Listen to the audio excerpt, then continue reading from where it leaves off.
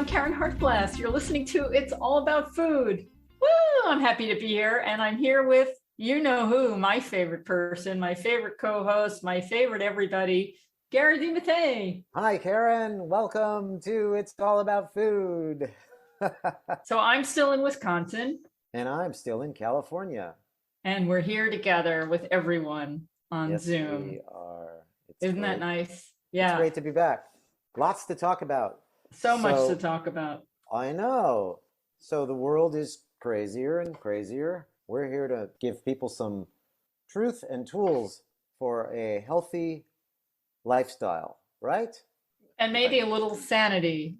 Maybe a little amongst sanity. The insanity of it all. That's right. So if you've visited our website, you know who we are. We do recipes, we do podcasts, we give you lots of information about how to live a healthy, happy, plant-based lifestyle in a world that doesn't want you to live a happy, healthy, plant-based lifestyle. It's really hard to know what the world wants. It really is. And it's really hard for everyone to understand the big picture because so many people are sheltered in their own life and they may perceive things they see around them, violence and poverty and problems and people disagreeing with them, and they'll take a side without stepping back and seeing the big picture and understanding how we got to this place. And this is the most dangerous thing I think that is happening today on this planet. I might pick up on this topic later on, right? Because I got something bugging me.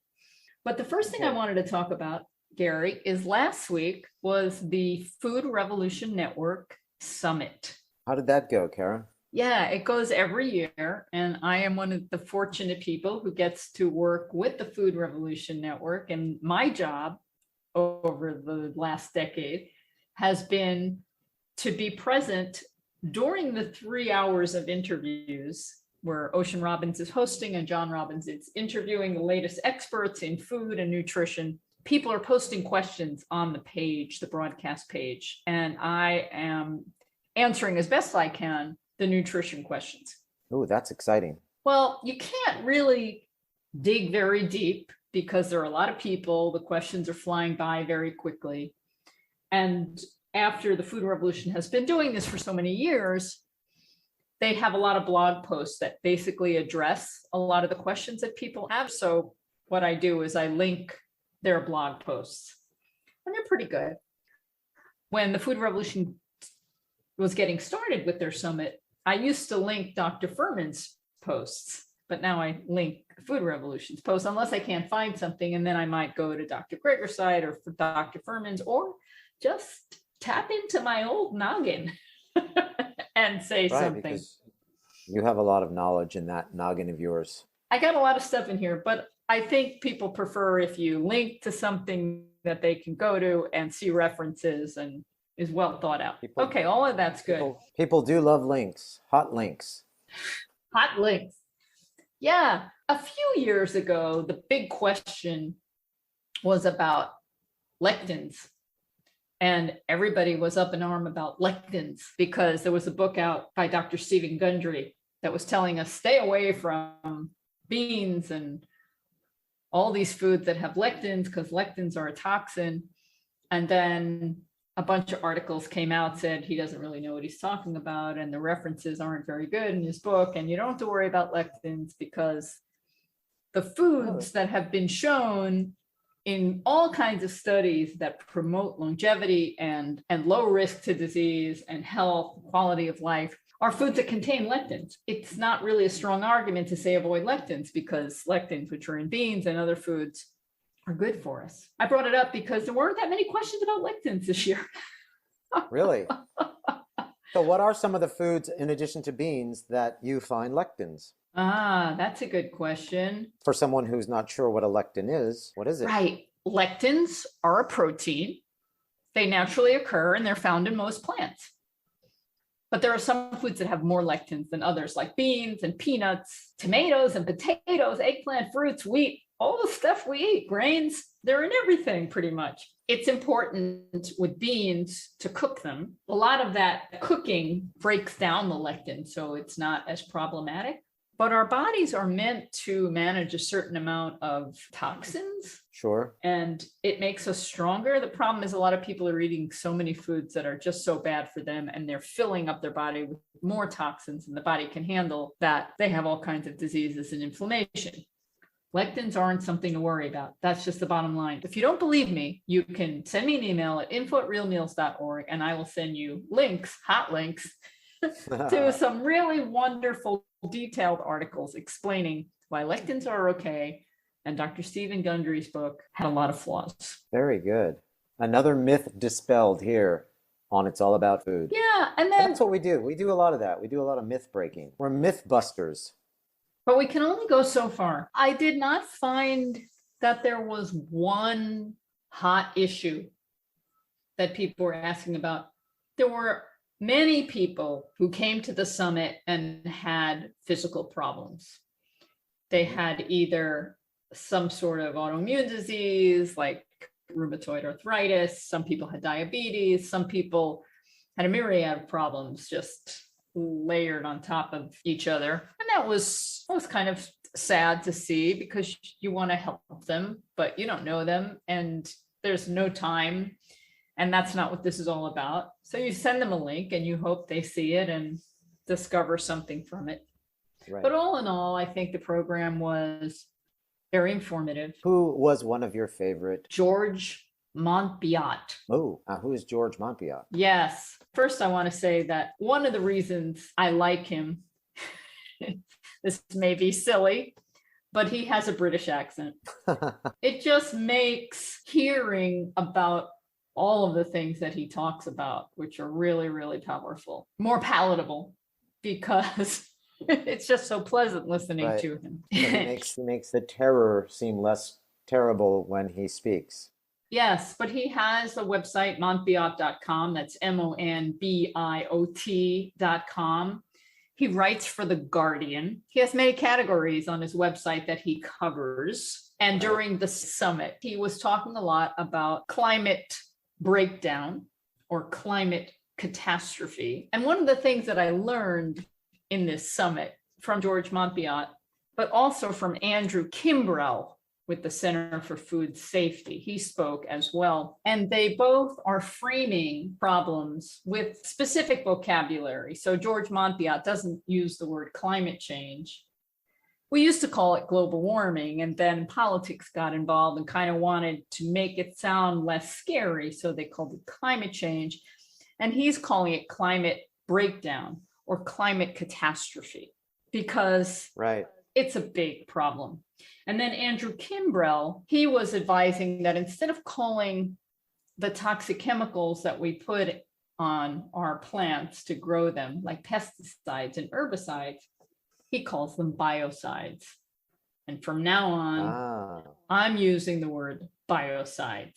So if you ever hear me say pesticides and herbicides again, correct me, because they're biocides. And what does that mean? Biocides, they kill life. They kill living things.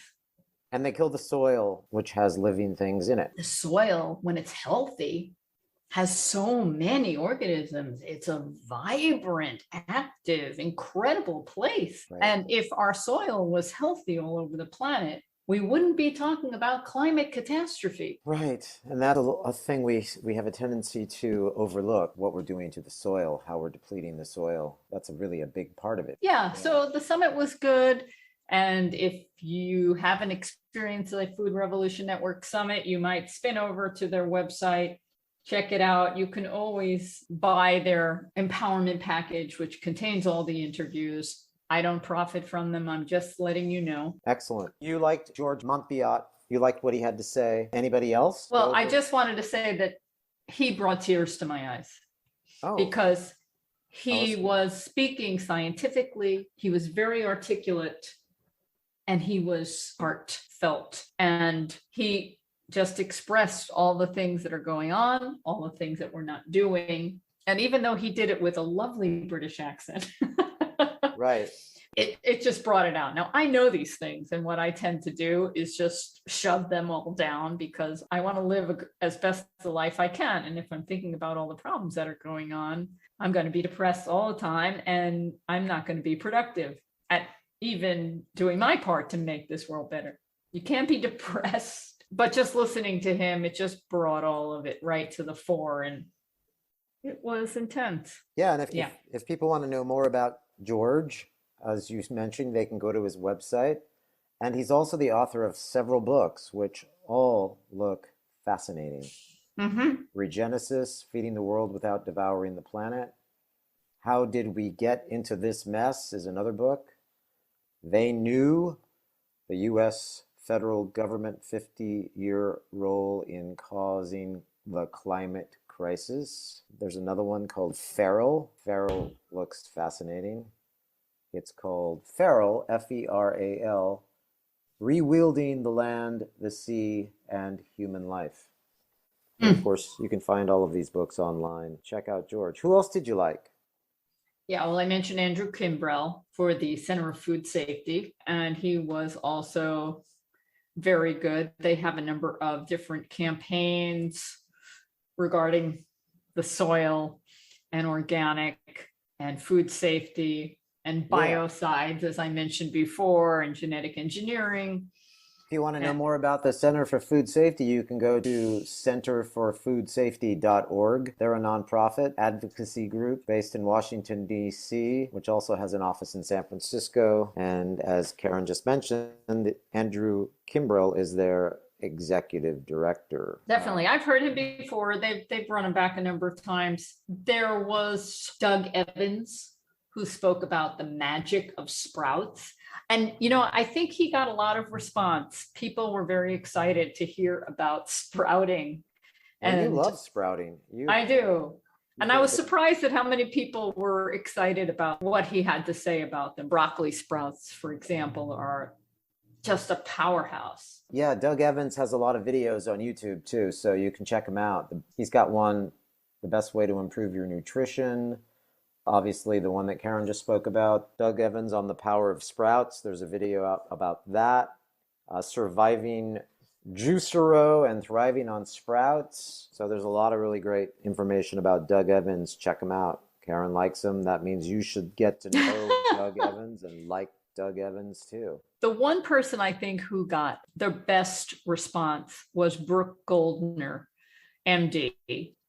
And she's all about autoimmune disease. And she's somebody I should invite on the program. She's delightful. And she cured herself of lupus. And now she helps many of her patients with autoimmune disease. And it's just one of those classic stories where you're a medical doctor and you have a problem and you find that conventional medicine that you believe in and you've been trained in is not solving your problem. And then you have to dig and oh, look, you discovered that nutrition really makes a difference and you learn nothing about it in school. Yeah. So I like her picture too. She's standing there, big smile on her face, and she's holding a green juice. Now, who doesn't love somebody that holds a green juice in their promo picture? It's really a cool shot. And I know that must mean she's a big proponent of green juicing, right? Yes. I don't know specifically what her protocol is for autoimmune disease. Called Goodbye Lupus. We like that. Yeah, she has a book, Goodbye Lupus, and that's also her website, Goodbye Lupus. And Goodbye Autoimmune. Fascinating. Yeah, so many people have autoimmune diseases today. And of course, most of the medical community has no idea what to do about it. But there are a number of doctors that are having success with their patients and turning autoimmune diseases around. And this is a segue there because one of the things she's written a book about are green smoothie recipes. We like green smoothies and we talk about those a lot. On our website, we have some recipes for smoothies and they're really wonderful, but get into making smoothies, right? Yeah, so there's different opinions about smoothies. I like them. There are some people like Dr. Susan Pierce Thompson, who doesn't encourage smoothies, and a few others who feel like they get digested too quickly. Right. But it's important when you're having a smoothie to not guzzle, to hold it in the mouth so that you allow your digestive juices in the mouth to get started digesting, and then you can swallow it and you just consume it slowly. It's not something you want to drink very quickly. The same thing with a green juice. you don't want to consume it very quickly. It's so loaded. You have to consume it slowly. But people that have autoimmune diseases have a really hard time consuming fiber, and we need fiber. It's like one nutrient that most people don't get enough of. But when their gut is so inflamed and has so many challenges, it's hard to consume fiber. So how do you get that balance? I know what Dr. Furman recommends. He recommends cooking and pureeing your food, your vegetables, cooking and pureeing, and learning how to consume vegetables that way when they're cooked and pureed, and also juicing, which removes a lot of the fiber. And that way you get the nutrition without the fiber that is harmful while your gut is needing to heal. And then over time, you're able to incorporate more food that isn't pureed and blended. And then you could have a smoothie that's blended still, and slowly your gut heals and you get back to a place where you can eat a lot of wonderful whole plant foods. You don't want to go back to eating processed food and junk food and burgers and animals, because that'll throw your gut out of whack again. But there are ways to heal, and Brooke Gardner, I'm sure, has a similar protocol. That's fascinating, because I have friends who tell me now that their bodies are breaking down, and it's very sad to watch, that they've just never eaten vegetables. They've never tried to learn to cook. They are at the end of their rope as far as what to do. They've seen doctors have them on medication, but they've just flat out refused to turn the corner and actually try and start incorporating vegetables into their diet. And this sounds like a really great way to get started, by cooking and pureeing your food, almost like going back to eating baby food, right? Small amounts of cooked and pureed food, and trying to incorporate that into your diet at a slower rate than maybe most people just decide. Like when I decided. The other recommendation about eating beans, because people always bring up, I can't eat beans, I can't eat beans. That was a popular one. And that's a popular one that I've seen for years, because beans can give you gas and beans can bloat you. And if you have a particular problem with your gut, beans will be very difficult to digest, but they are so good for you. So what do? And the recommendation, it takes patience, but you consume a very small amount of beans every day, maybe a tablespoon, enough, just a little bit, but enough so that you're not feeling any discomfort. Small enough amount that you can consume without discomfort. And from there, your body populates the bacteria that you need to digest the beans. And it's a slow process, and you increase more and more. And it's good to have a variety of different beans while you're doing this process. And then at some point, you can consume comfortably a half a cup of beans at a meal and go from there. It does take time and patience and perseverance. I know lots of people that do eat beans, and you and I can attest to this. I don't really experience any gas after eating beans. And I know it's probably because we soak our beans overnight and we do all of the things you're supposed to do to try and reduce the amount of gas that you will experience if you eat beans and you don't soak them as long as we do. And there's all kinds of things. But isn't gas, and I know it's not socially acceptable, but isn't gas a sign that your body is working? We're supposed to pass gas all day long. Yes. And so just because of that it's socially unacceptable for people to pass gas in public, which, I can understand that. But a lot of folks have given gas a bad rap. Isn't gas a sign that things are okay? Things are doing what they're supposed to do. I mean, we should be passing gas. I know that when folks are in the hospital, the first thing after surgery they try to get them to do is pass gas. They don't release you unless you pass gas, right? I mean, it's like the nurse will come in and say, have you passed gas today? And it's like, no, I haven't passed gas. But, and you can't go home until you pass gas. So folks, passing gas isn't such a bad thing. So maybe you need to rethink the whole idea of gas and start embracing beans. I think the question is, how much gas? So you can be passing gas all day and you don't even notice. It's just little gentle puffs versus explosions.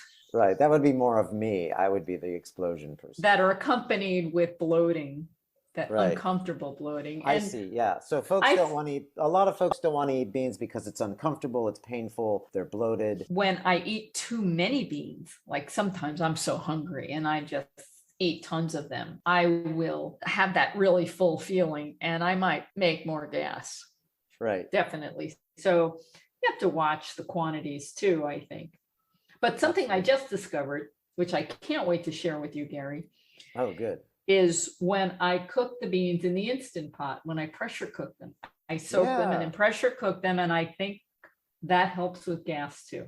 Yeah, you're in love with your Instant Pot. We've talked about this before. I'm really happy to hear. So you've been sustaining yourself on a diet of berry bowls, right? You're doing bowls in the morning with berries. What else are you putting in them? Well, it depends. So usually once a week on my day off, I'll make a lot of grain, one grain, and I'll make a bean. So I have them all week. Hmm. So I might add a little grain to my berry bowl. I'll have strawberries, blueberries, raspberries, maybe apple, sometimes banana. Sometimes I'll add cashew yogurt or soy milk. I'll add flax seeds Hmm. and some nuts, maybe. And that's my bowl. And last week I made buckwheat, which I was really in love with in the Instant Pot. That was really fun in the bowl. Mm. Can't And wait to then, try that Instant Pot. You're really yeah, getting me excited about it. and then I just have these giant, did I say giant? Really big salads with beans and onions and mushrooms. And I put some frozen vegetables on them too, because I make it in the morning. And then by the time I'm ready to eat it in the late afternoon, everything has defrosted. I might put some blueberries and corn and frozen kale. It's a good salad, as my dad used to say. I normally like to make tahini dressing, but I'm all out. And I haven't been able to find organic sesame butter at the local Pick and Save where I shop, but I have been using sometimes just plain apple cider vinegar, or I mix a little organic mustard with the cashew yogurt for a little creamy Oh, mustard dressing. Very good. that sounds very good. Simple, Yeah, simple simple, and clean. simple, simple and clean. And those probiotics in the cashew yogurt are real good for your gut too, speaking of gut, right? That's right. Good Speak, bugs. Good speaking of bugs. speaking of repairing your gut, that's a really important thing to keep in your daily diet is a The little thing bit. about the gut is if you're eating a whole food plant diet with little or no junk food or processed food, you're going to be providing prebiotics, which are certain foods that feed your probiotics and keep a nice balance and keep everything healthy. If you're eating a healthy whole food plant diet, you don't need to take probiotic supplements. You don't have to concern yourself because your body's in balance, your gut is in balance. The foods you're eating are taking care of all of the gut bacteria that you need. Very important. Yeah. So that's breakfast. Now, lunch and dinner, you're making lots of soups and you're also adding some grains to your soup, right? You've got the big salad for lunch, you've got the berries in the bowl, maybe a little grain at breakfast. And dinner, what are we doing for dinner now that you're on the Well, road in Wisconsin understudying three roles in the church basement ladies? How are three you? lead roles, Three three lead lead roles. roles. Yes, Most of the time, the salad that I eat in the late afternoon fills me up for the day. I'm not wow, even hungry I for can any see that. more. Yeah, I yeah. might have some fruit or something in the evening or a couple of dates or something. And that's Right. it. You are making lots of soups though, right? I just started last week making soup in my Instant Pot. Hooray! I brought some herbs and spices with me. So I made a very simple, very wonderful soup. I put in onions, celery, dried shiitake mushrooms, maybe a quarter cup of lentils, not to make it a lentil soup, but the red lentils just kind of melt and make a nice flavorful broth. And then I used onion powder and turmeric and garlic powder and black pepper. Whew, and dill. I like a lot of dill in my soups. It brings me back to the old days when my grandmother and mother made chicken soup and it had a lot of dill in it. I Right. don't need the chicken, but I need the dill. So while we're on the subject of soup, I want to give just a very brief soup tutorial. Some people have real issues with soup because they relate it to poverty. I have one friend who has many brothers and sisters, and when she was young, they were always served soup, and as a result, she doesn't like soup. It has too many negative connotations for her, and that really is unfortunate. And the soup that is associated with poverty very often is something that's very watered down and may have a lot of salt in it and not a lot of nutrition or flavor. And speaking of salt, most of the soups that you're going to find either in restaurants or commercially made and offered in stores is full of sodium. There are some options that are considered low sodium, but you have to really be careful and read the label because they still might have a lot of sodium. Why do people add sodium, salt, to soup? Because soup has a lot of water in it, and that kind of dilutes the flavor. And salt brings out flavor, or salt makes you think things have flavor. I just think salt makes things salty, but I don't consume salt, or I consume very little salt. So when you're making soup, there's always a number of things you can do to make a really flavorful broth and a flavorful dish. Certainly sauteing onions, celery, and carrots together first is like a foundation, the mirepoix. And some people will do it with oil. I dry saute my onions, my celery, my carrots. For this particular soup that I just made, I didn't have carrots, so I used onions and celery. And then a lot of people like to use a bouillon, and there are even vegetable bouillons out there, but if you look at it, they have salt in it. So what I like to do is make my own sort of bouillon, which is just a combination of herbs and spices. I like to use a lot of onion powder. That's like at least a tablespoon or more with 6 cups of water. It just gives a nice flavor. What can I say? In addition to the fresh onions that I'm going to use, I'll add a little garlic. I'll add turmeric and black pepper. Why? Because they're so good for us. And not too much because turmeric can be bitter. You might have to play with the quantity that you use. I'll add maybe a half a teaspoon or a teaspoon, depending on how much soup I'm making, of the turmeric. And then there are some secrets. So I really like using mushrooms or mushroom powders. Now, as we know, Gary doesn't like mushrooms, although he's trying. But mushroom powders, for people that don't like the texture of mushrooms, this really makes a difference and great in soup. I had some shiitake mushroom dried that I brought with me. And it's funny because they were just little like cubes or pellets. I forget what they were called. Flaked. I don't know. They're not big chunks. And over time, they've been pulverizing themselves. So they're really like a powder now. And I just add a little bit of that, a few tablespoons, and it just adds that umami, Also, as I mentioned, I like to add a little touch of lentils. I don't want to make a lentil soup, but when you add a red lentil, you can call it a red lentil, a pink lentil, those light colored lentils, they cook very fast and they melt. They literally melt, and they enhance the flavor of the broth. And then I like to add dill, but there are so many herbs out there. Parsley, sage, rosemary, and thyme, and herbe de Provence, which is a combination with basil and lavender. Some people like tarragon. I'm not a big fan of that, but maybe just a little bit with a mix of others could be good. And then something that Gary does is grinds them all up together in one of these food processors or in a seed mill. And pulverizing it all together helps it blend better in the soup. You could do all of this in advance, like make a jar of your favorite seasonings all blended together and then just add a few tablespoons when you're making soup. Or you could do it like I do it, just adding things on a whim. Oh, a little bit of this, a little bit of that. But don't forget the mushroom powders. Don't forget the little bit of lentils. That really flavors up the broth, and a lot of onion powder. That's my soup tutorial. You know, speaking of substituting things like chicken, still having what the base is there, we went to dinner the other night, celebration of my nephew Josh's birthday, and went to a very nice restaurant.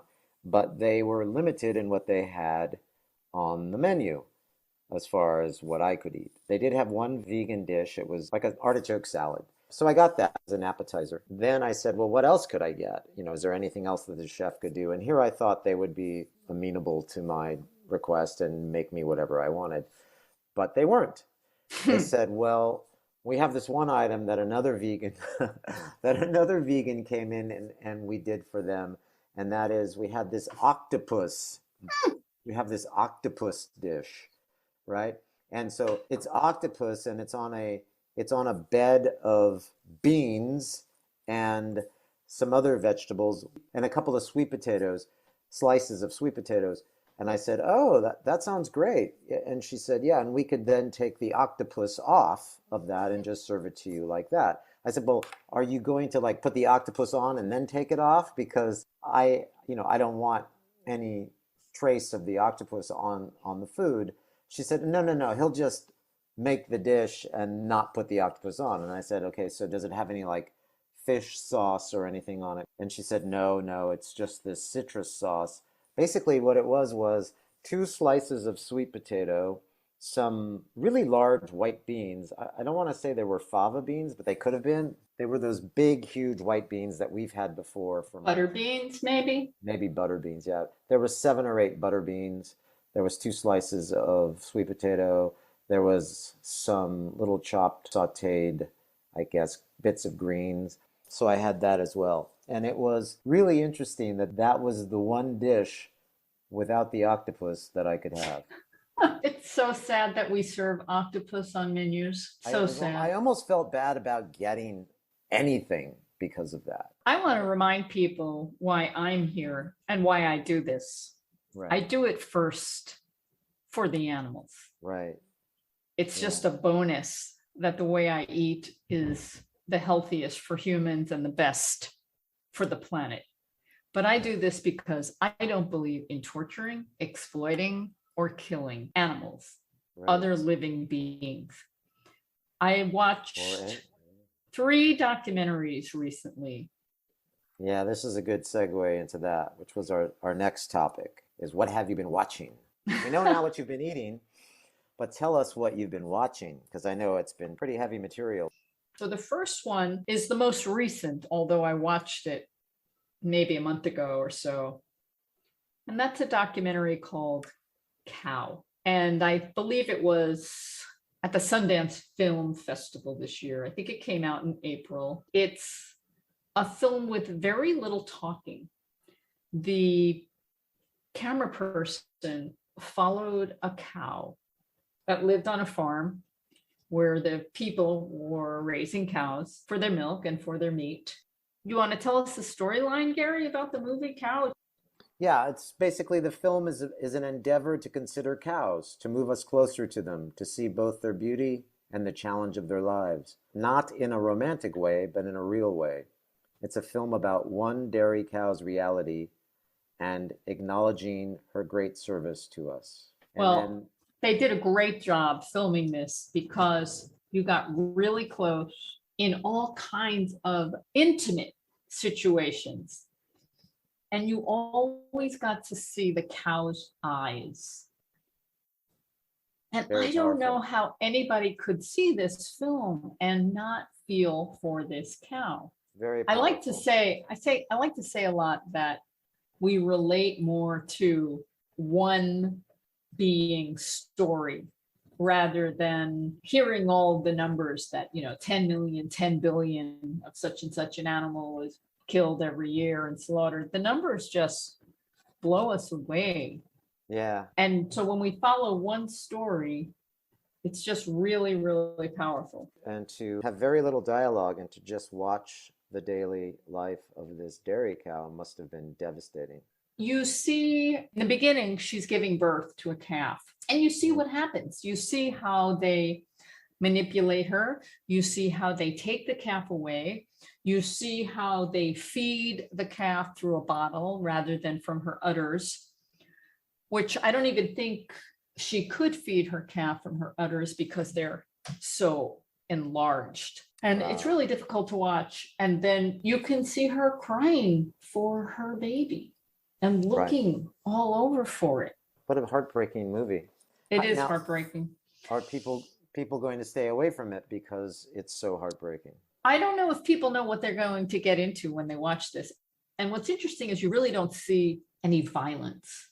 So I've seen some other footage where the humans that are raising the animals are beating them and insulting them, really doing nasty things. This doesn't really happen in this particular farm, but still you see an animal that wants to live her life in a natural way, wants to raise her children, wants to be with her friends, wants to be out in the open, and doesn't want to be providing for people. So on a day-to-day basis, they're milked, and you see how they're put into these spaces and hooked up to these machines that milk them. It all looks so filthy. These animals have been trained to do this, and they just do it. Right. I think everyone should see it just because it's a quiet, peaceful movie that shows you the reality of the milk. That's fascinating. I can't wait to see it. You see the cows eating at a trough. You see the farmers. There's a handful of them, a few women and men. And what's really creepy is sometimes there's country music in the background. So it's like the soundtrack of the film, but it's actually being played on the farm. So you know me, I'm all about quotes. And to just kind of recap what you just said about how the cow doesn't want to be of service to the human, the cow wants to live its own life, be left alone. There are 3 quotes, and you know me in quotes, that I want to read on that note. So one of the quotes by the Dalai Lama: "I do not see any reason why animals should be murdered for food or any other reason. After all, there are so many substitutes. Man can live healthier with plant foods." Okay, that was the Dalai Lama. And Alice Walker, the author of For the Color Purple: "The animals of the world exist for their own reasons. They were not created for men any more than black people created for whites or women created for men."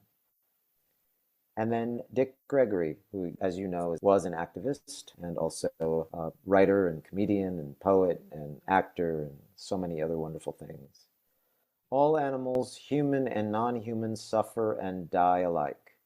Violence causes the same pain, the same spilling of blood, the same stench of death, the same arrogant, violent, and brutal taking of life.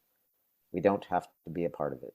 Sometimes quotes say it all. It's very disturbing to see these films, and I just know that a lot of folks won't watch them, just like a lot of folks know that, you know, they shouldn't be contributing to this horrible way we raise animals and kill them and then eat them, but they look the other way. And I just so, want to add that you see in this film, you see the farmer, you see the vet, you see them shoving their fist up the back of the cow and either testing her with an ultrasound or injecting her with something or testing if she's pregnant. This is one particular situation where they don't artificially inseminate. What happens is they put a bull in the pen with the cow when she's ready, and the bull just does it, quote, naturally. But they're all very happy when the cow gets pregnant because, as you know, you cannot have milk unless you make a cow pregnant. And you make the cow pregnant, you take away the calf, you kill the calf for meat, or you raise the calf to become another milk-giving animal. And then you take the milk from the mother. And you have to keep her pregnant. You have to keep her pregnant and bearing calves so that she'll be able to give milk, so that we can steal it from her. And then I don't want to say what happens at the end of the film, but I think you can guess. What's very powerful about it is you see this daily routine of what happens in the life of this one cow, and then the routine of her ending. Oh, that's a spoiler alert. But we all know what's going to happen anyway, right? Yeah. So then the next film I saw, this is a film that I bought a few months ago. They're Trying to Kill Us. And I wasn't able to watch it until recently. And I'll confess, I could not watch it in one sitting. There was just too much too Right. difficult, too Very heavy. painful. A brief synopsis of the movie is They're Trying to Kill Us is a new groundbreaking documentary from executive producers and seven-time NBA All-Star Chris Paul and seven-time Grammy winner Billie Eilish. The film features notable influencers from the fields of hip hop, medicine, sports, entertainment, policy, and politics weighing in on the singular most deadly threat to American society that mainstream media doesn't want to talk about. So tell us about the film, Caryn. There's a lot of elements in the film, but basically we learn that the areas where we have a big population of people of color or indigenous people, they don't have access to healthy food. There are more gun stores, there are more liquor stores, there are less grocery stores, and more fast food. And they offer a premise that companies intentionally put these particular types of businesses in where there's poverty, where there's people of color, where there's indigenous people, to kill them or to keep them unhealthy. And what's fascinating about us is there's many people today that will say, oh, the Black people in our community, they're so violent, they're stealing, they're doing this and that. And they don't step back, which is what I wanted to talk about earlier. You need to step back away from where you are. You need to step back and see the big picture. So there are people that are living in poverty. They don't have access to healthy food. We know that when you don't eat healthy food, it affects your behavior. It affects your growth. So children that aren't growing with healthy food, it's going to affect their cognitive behavior. And this has a detrimental impact on communities. And there are people that are trying to change this, but it's fascinating that more gun stores are in these impoverished areas than in more well-to-do communities.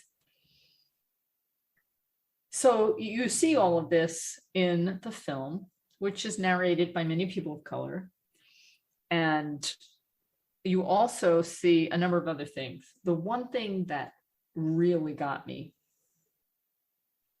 was this pig farmer in North Carolina. And I was very impressed that they were able to interview this particular man and see his farm, because more and more these farms don't want animal people filming their locations because we show how horrible they are and it can negatively impact their business. Well, this guy didn't seem to care much about anything. And he was happy to show his pig farm, and you could see all the pigs crammed inside the farm, and they're living in filthy conditions. You can see the floor that the pigs are walking on. It's kind of braided because they poop, and the poop just kind of goes underneath. And I forget how often he said they cleaned it, but it's not often enough. And then, of course, the poop goes out to these lagoons, and the lagoons smell. And there were some interviews of people that lived nearby and how awful the smell was sometimes. And it's not just the smell, but the air is polluted. It's dangerous. So this particular farmer, at one point, they said when his microphone was off, but he was still talking on the camera, he acknowledged, this is at 1 hour into the film. If you're going to watch the film, just know this is coming, because I found it really difficult to watch. But he said he had killed people the first half of his life growing tobacco for cigarettes. Right. And now he was killing people by destroying the air and water in the community by raising pigs. And he said, there's nothing illegal in what I'm doing. And that's just the way it is. He didn't seem to mind. It was chilling, because so many people don't even want to admit to that what they're doing is bad. He didn't care. Amazing. Well, that'll be another film that I'm looking forward to watching, becoming very depressed. But no, Well, it's from director John Lewis. Audiences are really loving this film. Everyone who sees it is just saying it's a real life changer. I've read a lot of great reviews about the film. I think everybody should see it. Like you said, it needs to be seen in small doses maybe. So if you can stream it over a period of a few nights because there's a lot of devastating information here which will change lives. The co-director is John Lewis. The explanation is he crosses the country seeking answers to why Americans of color suffer from disproportionately higher rates of chronic disease than their European American counterparts, while examining the intersections of food, disease, race, poverty, institutional racism, and government corruption. Through interviews with cultural influencers, doctors, researchers, politicians, attorneys, professional athletes, activists, and experts in the field of food justice, John begins to unravel a story of collusion that has kept millions of Americans sick, while the industries responsible make billions of dollars. The film follows John as the protagonist and narrator in the documentary because of his unique experience being adopted at birth from his drug-addicted birth mother, growing up as an overweight kid in the violence of Ferguson, to becoming a prominent health and wellness advocate promoting compassion. So that's, in a nutshell, what the film is all about. And again, if you read the comments, people are just really not only devastated by this film, but just think that it's a real game changer, as it were. Forgive me. it's co-produced by Keegan Kuhn, who did What the Health, Cowspiracy, and Seaspiracy. And I also noticed in the credits that some of the research was done by Eunice Wong. Eunice, who was also involved with Keegan in What the Health. She the did Health, the right? book for What the Health. Yeah. And I know one of your friends is in the film, Dr. Michael Greger. Yes. And Dr. Milton Mills is in the film quite a Dean bit. Ornish. And Dr. Michelle McMakin. She's lovely and very articulate. They're all just great folks. Dr. Alan Goldhammer and Billie Eilish, who is, everybody knows who Billie is. She's also doing some great work as a producer now, helping get this thing out there. The last one I wanted to talk about is a film from 2019, although I thought it came out later than 2019, but maybe not. It's been a long time and we had the pandemic and I just lost track of things. Right. But it's definitely worth watching.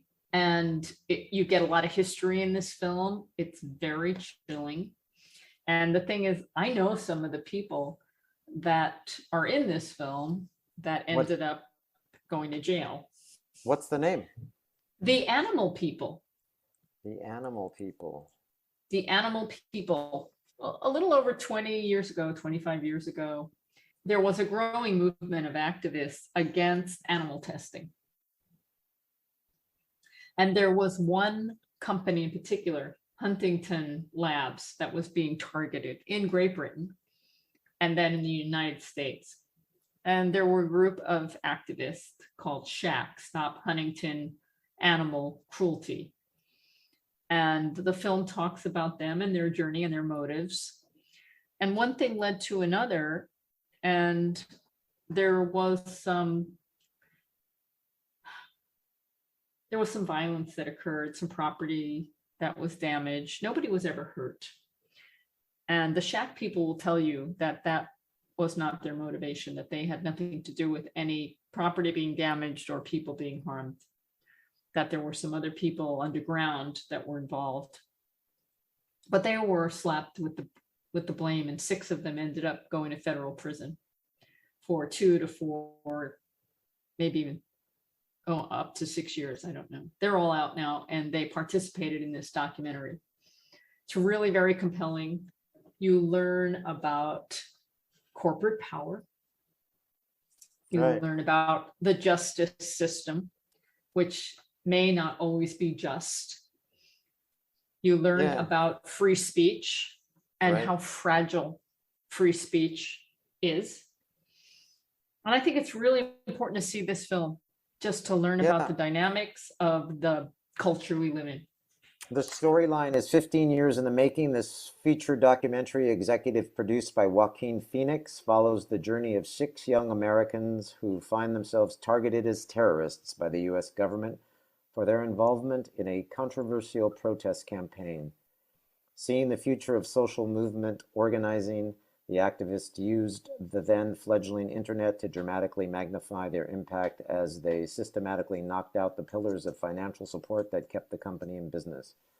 But when letter writing and protests began to mushroom into dead-of-night vandalism and worse by unknown activists, this corporation and the government formed an alliance to destroy the group. The FBI began an unprecedented campaign of surveillance in preparation for prosecution, creating a model that would later be used against Occupy Wall Street and Black Lives Matter. Congress, under corporate influence, rewrote laws and bent the definition of incitement in order to accomplish the prosecution of these 6, potentially weakening free speech rights for all Americans. Featuring expansive interviews with the activists spanning over a decade, rare archival footage, including never-before-seen FBI undercover surveillance tapes, wiretaps, and government documents, The Animal People is a chilling portrait of what happens when activism rattles the institutions of power. And some of the reviews of this have been just tremendous. People are saying that it's gut-wrenching and infuriating. Why aren't we talking more about this movie? And now we are here. That's why we're talking about it. What's Right on. especially difficult for me is that I know someone personally I'm close with who was on the corporate side.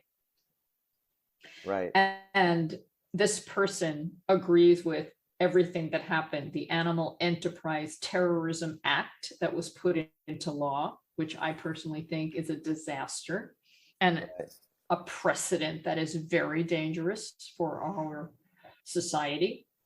Calling these animal activists terrorists is just so unjust because they're not terrorists. And to begin with, what they're trying to do is stop the horrific cruelty and violence to animals, especially in laboratories. And if you've seen some footage of some of the things that have happened that are still going on today, unfortunately, it's very difficult to fathom. And one of the clever things that they did was they would go to people's homes of top executives of companies either directly involved with Huntington Labs or investing in Huntington Labs or using Huntington Labs services, like a pharmaceutical company that would use them. And they would go to the top executives and they would protest around their home with megaphones and posters. And they weren't doing anything illegal, but it was scary for the people inside because they had families and they were afraid for their children. And for those people, I could understand how they thought that these protesters were terrifying, and using the word terrifying and terrorist for what they were doing because they were traumatizing their children. But if you go through changes that have been made through history, how are changes made? Changes are never made, unfortunately, by people being nice and saying, hey, can you stop doing this because it's not really very nice? Unfortunately, sometimes things have to get violent. Yeah, that's the unfortunate part, is that there are some innocent folks that get caught in the crossfire, as it were, trying to make change for a positive. The label of terrorists on someone that is trying to stop terror. Yeah. No, that's kind of... There's just too much corporate power and manipulation, and this is an excellent documentary to understand that. Well, Caryn, this has been another really light show with you today. Very light. Hey, wait a minute. First, we talked about making wonderful, healthy food, berry bowls and salads, and using the Instant Pot. All of that was fun and light and lovely and delicious. But to know why we do what we do, we have to share that. No, I'm being facetious, as it were. Another wonderful show. I think it's time we wrap it up. Let's end it on an upbeat note.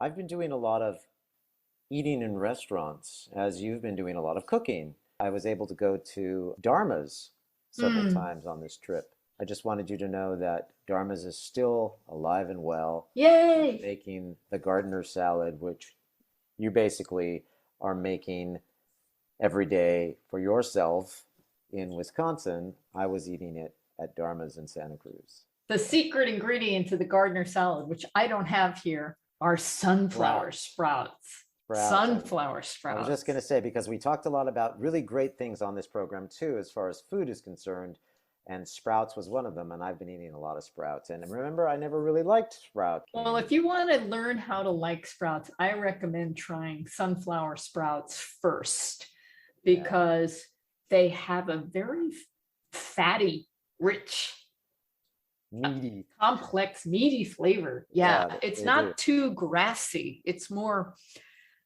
a more rich flavor. Yeah, and that's why our sunflower seed encrusted dishes that we've made, thanks to your invention of the sunflower seed encrusted, Tofu, anyway, tempeh, whatever. zucchini, But I the think, but the onion. sunflower seed it is not the same as a sunflower seed No, sprout. The but seed is sprouted, but the flavor is very you similar. mentioned it has that meaty kind of, Yeah, and the sunflower seed is very meaty. It's very yeah. dense, and so it really is a marvelous food. And on that note, go out and buy some sunflower seeds, raw, of course, or Or grow them. as your mother would say, roar and sprout them. Excellent. Okay, so here we are, Caryn Hartglass and Gary Mattei. We're the co-founders of Responsible Eating and Living. You can find us at responsibleeatingandliving.com. Send emails at info@realmeals.org. We're here for you if you have any questions about how to prepare a dish, or if you have a favorite dish that isn't vegan and you want it vegan. We always love doing that. Or if you just want us to depress you with some truth about what's going on in the world and how your food gets to your plate, just drop us a line. Drop us a line. Hey, Gary, it's so good to see you, and I can't wait to see you in person sometime later this month. Yes. Safe travels. I can't wait to see you either. And have fun Yeah. in Wisconsin, and I'll talk to you again when I'm back in New York On the other side. on the other All side. right, everybody. Have a delicious week.